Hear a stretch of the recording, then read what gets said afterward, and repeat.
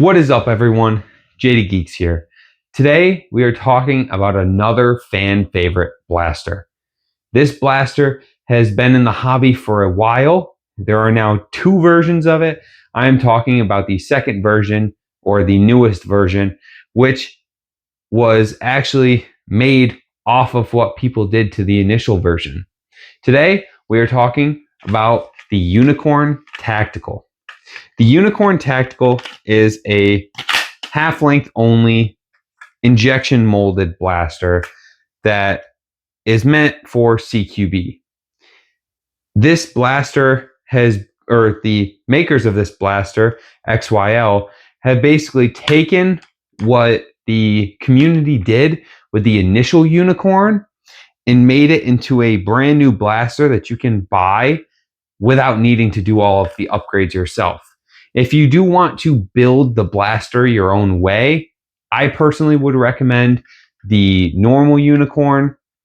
But for me personally, I loved the way that this blaster looked, and I didn't feel like doing all those customizations. So I ended up just going with the Unicorn Tactical itself. Some things that they've changed from the initial Unicorn is they added a metal plunger tube. It isn't plunger tube stock accessible, so you do have to have the stock that it comes with, or there is an adapter to put in the grip where you can attach a bottle cap as a stock instead. That is not something that I'm personally into, so I do just use the stock that it comes with. But other than that, the things that it has upgraded is it kept the good grip that it had. It added a longer section of this barrel, or of the shroud, so you can have more foregrip options without it looking quite as wonky, in my opinion, as it did on the initial Unicorn. It does also now have a threaded barrel system, which people were really doing to the blaster. The things that people were doing were adding the buffer tube, adding the longer shroud, and adding a threaded barrel system so that you were able to use this blaster how you wanted to and get the FPS up a little bit. This blaster, fresh out of the box with bamboos, is hitting right around 220. That's pretty impressive. For a CQB blaster, it's honestly great. And the way that they designed the prime on this blaster, in my opinion, makes it even better. You can have your full hand C-clamped around the entire grip and pull the entire thing back. And that's how it shoots. It is absolutely incredible. And on top of that, another thing that this blaster has, just load up a couple darts here. For a CQB blaster, I think this is very important. It has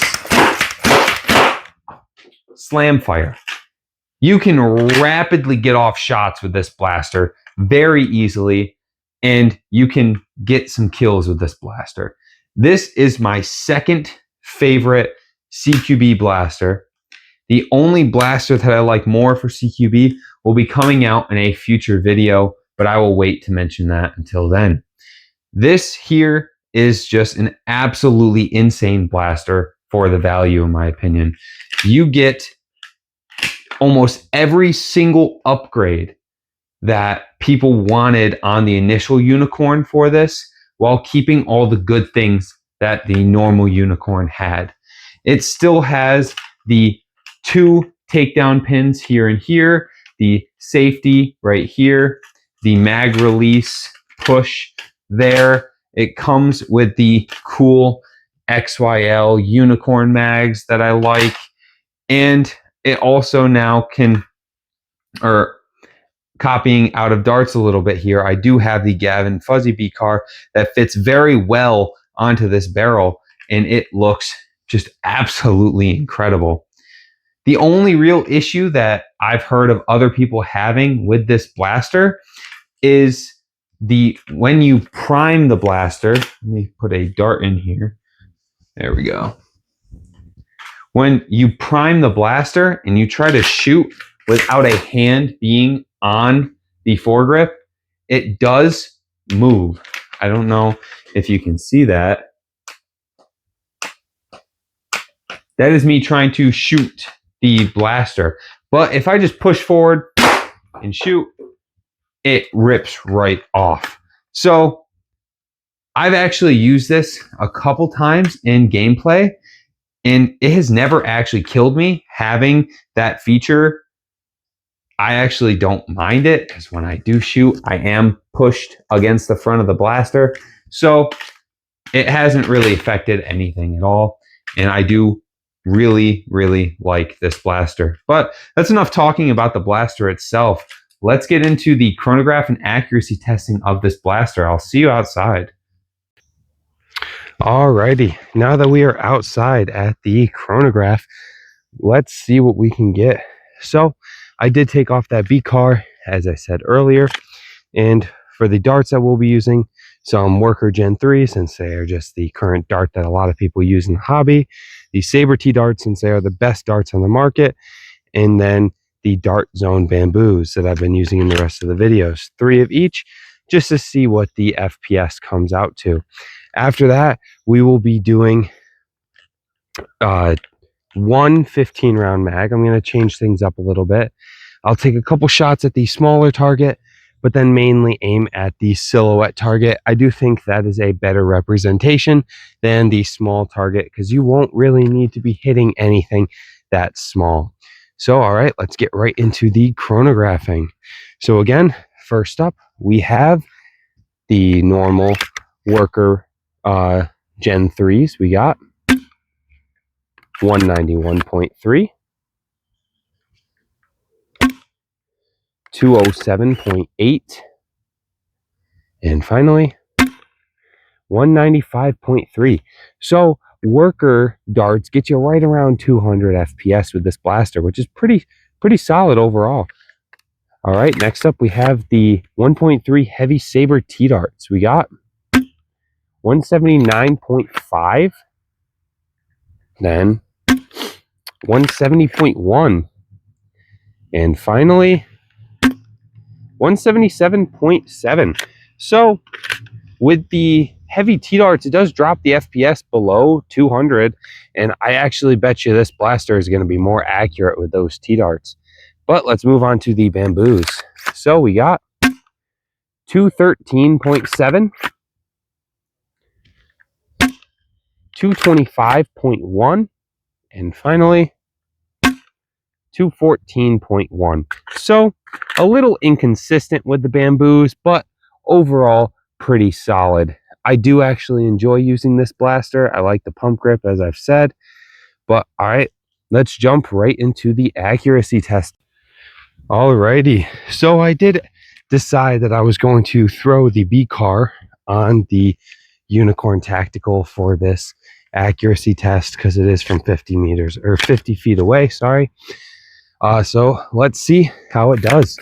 Let's do about 10 at the silhouette and about 5 at the smaller targets.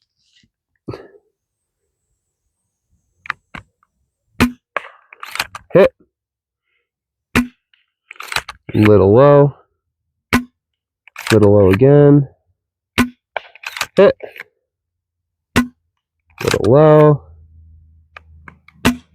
Hit. Hit. Little to the left. Hit. And miss. All right. We got 5 shots left. Let's aim at these smaller targets. Little low. Little low again. Hit. Little low. And this should be the last shot. And low. So it did drop while aiming at those smaller targets a bit more than it did while aiming at the human silhouette target. But overall, the blaster did perform better. In my opinion, this blaster is pretty comparable to the Worker Seagull. I do like the feeling of this blaster more, although I will say the Worker Seagull might be a little bit better in my opinion.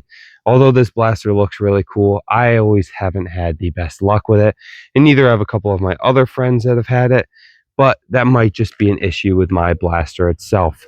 The look of this blaster is really nice though, I will admit that for sure. But all right, that about wraps up the accuracy testing of this video. So let's head right inside and I will see you in the display room. All right, we are now back in the display room with the Unicorn Tactical. This blaster, right out of the box, no upgrades, hitting 220 with bamboos and like 200 flat with the normal worker darts is pretty impressive. The normal Unicorn that people would buy stock without any of these upgrades, I believe hit around 150. So this is hitting 50 FPS higher, still has slam fire, looks, in my opinion, a little bit better, has better internals, a threaded barrel, and a buffer tube. And you can buy more upgrades for this blaster too if you want. I don't plan on doing that because this is honestly probably my injection molded CQB blaster. I do, again, as I said earlier, have a different blaster I'm going to show a video on later, which I do think is going to be my primary blaster for CQB and for lower FPS games. And I'm very excited to post that video, so watch out for that one in a couple weeks. But this blaster, for the price, it is, at least I got mine because I did get from Out of Darts the slightly off-centered unicorn print. I got mine for about $130, I think, which, yes, this does not come with quite as many customization options as the Worker Seagull, but for the look of this blaster, the feel of the blaster, and if you want something with slam fire, this blaster is the one to go for, in my opinion. But that about sums up my overall review of the Unicorn Tactical. I really do like this blaster, and if you just follow the instructions of other YouTubers while putting this blaster together, they have found some issues with the plunger, and just putting some red Loctite will fix that right up. Some people have had issues with their barrel unthreading as they play with it.